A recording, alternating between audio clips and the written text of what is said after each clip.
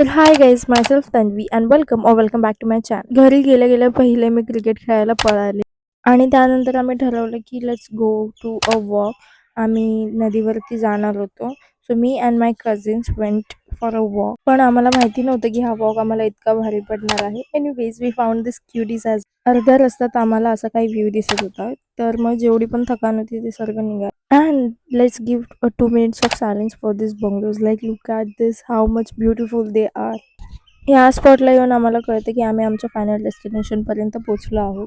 जेव्हा आम्ही हा व्ह्यू बघितला आमचं मन लाईक तृप्त होतं तृप्त. हा व्ह्यू इतका ॲस्थेटिक होता तर ऑफकोर्स फोटो काढणं तर मॅन्डेटरी होतं. तर फोटोज काढून आम्ही निघालो घरी जायला. बट आम्हाला काही आयडिया नव्हती की लाईक जेवढ्या एक्साइटमेंटने आम्ही खाली उतरलेलो तेवढीच आमची वाट लागणार आहे वरती जायला. आम्ही एवढे थकलेलो तर मग आम्ही विचार केला की लेट्स टेक अ ब्रेक.